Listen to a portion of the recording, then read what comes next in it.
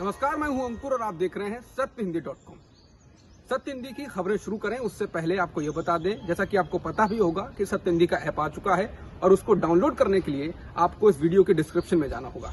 इस ऐप को आप गूगल प्ले स्टोर से भी डाउनलोड कर सकते हैं। और अब नजर डाल लेते हैं अब तक की सुर्खियों पर। हेमंत बिस्वा शर्मा ने सोमवार को असम के मुख्यमंत्री पद की शपथ ले ली है। शर्मा राज्य के 15वें मुख्यमंत्री हैं। शपथ ग्रहण समारोह में बीजेपी के अध्यक्ष जेपी नड्डा भी मौजूद रहे। केंद्रीय मंत्री नरेंद्र सिंह तोमर ने रविवार को घोषणा की थी कि हेमंत को असम बीजेपी विधायक दल का नेता चुना गया है। तोमर गुवाहाटी में बीजेपी विधायक दल की बैठक के बाद बोल रहे थे। हेमंत बिस्वा शर्मा सर्बानंद सोनोवाल की जगह लेंगे। पश्चिम बंगाल में आज ममता बनर्जी के मंत्रिमंडल के 43 मंत्रियों ने शपथ ले ली है। ममता बनर्जी इससे पहले 5 मई को ही मुख्यमंत्री पद की शपथ लेकर कार्यभार संभाल चुकी हैं।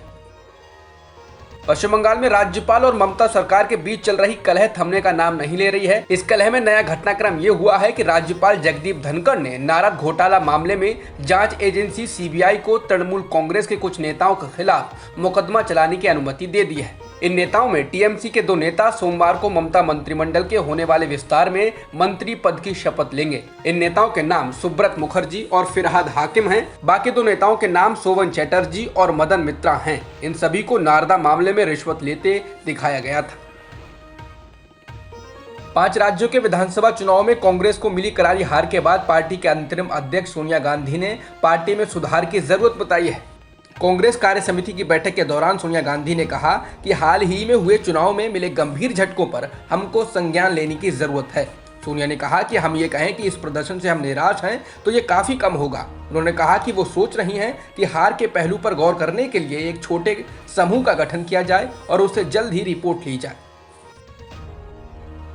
दिल्ली के उप मुख्यमंत्री मनीष सिसोदिया ने केंद्र सरकार द्वारा 6.5 करोड़ वैक्सीन के निर्यात को लेकर हमला बोला है। उन्होंने कहा कि केंद्र सरकार ने 6.5 करोड़ वैक्सीन 93 देशों को भेजी। ऐसा उन्होंने वैश्विक स्तर पर अपनी छवि को बनाने के लिए किया, बजाय इसके कि वो इन वैक्सीन की खुराकों को अपने नागरिकों को देते। सिसोदिया ने कहा कि जब से कोरोना की दूसरी लहर शुरू हुई है, हमारे देश में कुल मिलाकर 1 लाख लोगों की जान जा चुकी है।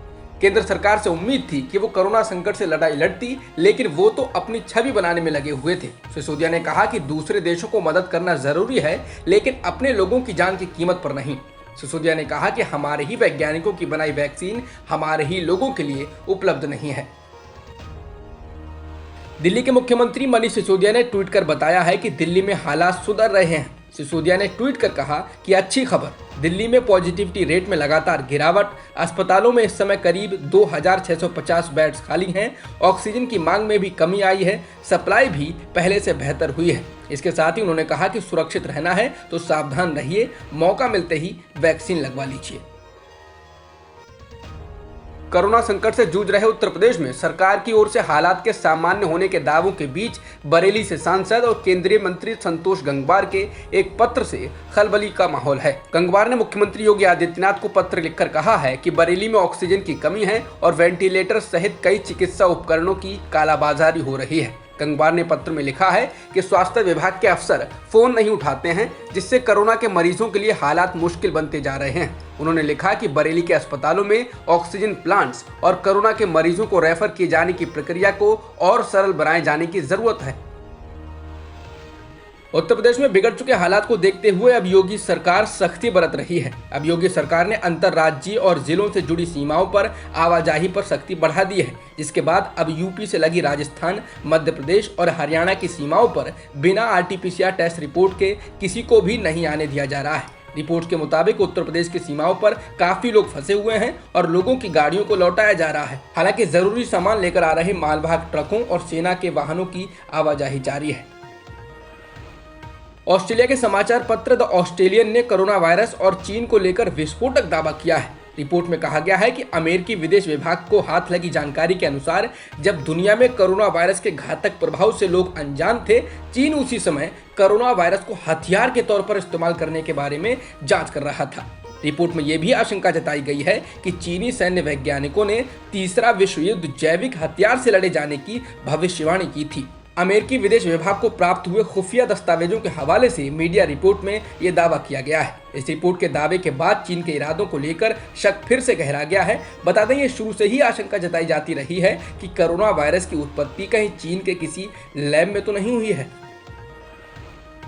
देश में बढ़ते कोरोना संक्रमण को देखते हुए देश के अलग अलग राज्यों ने लॉकडाउन आगे बढ़ाने का फैसला किया है। देश की राजधानी दिल्ली में लॉकडाउन को 1 हफ्ते के लिए बढ़ा दिया गया है, तो यूपी में भी कर्फ्यू को अब 17 मई तक के लिए बढ़ा दिया गया है। इसके अलावा जम्मू कश्मीर में कोरोना कर्फ्यू को 17 मई तक के लिए बढ़ा दिया गया है। उत्तराखंड में भी कोरोना कर्फ्यू को अब 11 मई तक के लिए बढ़ा दिया गया है। वहीं तमिलनाडु में 10 मई से 2 हफ्ते के लिए पूर्ण लॉकडाउन लगाने का फैसला किया गया है। तो कर्नाटक में भी आज से 24 मई तक के लिए लॉकडाउन लागू रहेगा। बाकी केरल में लॉकडाउन को 16 मई तक के लिए बढ़ा दिया गया है और हरियाणा में भी लॉकडाउन को 1 और हफ्ते के लिए बढ़ाया गया है। भारत में पिछले एक दिन में 3,66,000 से अधिक कोरोना संक्रमण के नए मामले दर्ज किए गए हैं और 3,754 लोगों की जान गई है। इसके अलावा 3,53,818 लोग ठीक होकर घर भी लौटे हैं। स्वास्थ्य विभाग के अनुसार देश में कुल 2,26,62,000 से अधिक कोरोना संक्रमण के मामले हैं और अभी तक कुल 2,46,000 से अधिक लोगों की मौत हो चुकी है। इसके अलावा सक्रिय मामले 37,45,000 से अधिक हैं। हैदराबाद के एक सरकारी अस्पताल में 7 कोरोना मरीजों की मौत ऑक्सीजन की सप्लाई में बाधा पहुंचने के कारण हो गई। दरअसल अस्पताल को भेजे गए ऑक्सीजन टैंकर रास्ता भूल गए, जिसके कारण अस्पताल में ऑक्सीजन पहुंचने में देरी हो गई और 7 मरीजों की जान चली गई। केंद्र सरकार ने अपनी कोविड टीकाकरण नीति का सुप्रीम कोर्ट में एक हलफनामा दायर कर बचाव किया है। रविवार की देर रात सुप्रीम कोर्ट में दाखिल किए गए हलफनामे में केंद्र ने न्यायिक हस्तक्षेप के विरोध में लिखा है और कहा है कि अति उत्साही, हालांकि अच्छे अर्थ में, हस्तक्षेप से अप्रत्याशित और अनपेक्षित परिणाम हो सकते हैं। केंद्र ने कहा कि एक वैश्विक महामारी में जहां राष्ट्र की प्रतिक्रिया और रणनीति पूरी तरह से विशेषज्ञ चिकित्सा और वैज्ञानिक राय से प्रेरित होती है, वहां न्यायिक हस्तक्षेप के लिए बहुत कम जगह है। इसके अलावा केंद्र ने वैक्सीन की दरों को भी उचित बताया है।